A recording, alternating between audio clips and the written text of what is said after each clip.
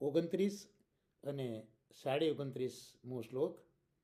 નામ રત્ના વિદમિદમ સ્તોત્રમ યહ પ્રપઠે સુધિ ત્વદીયમ તમ ગૃહાણાશુ પ્રાર્થ્ય મે તન મમ પ્રભો.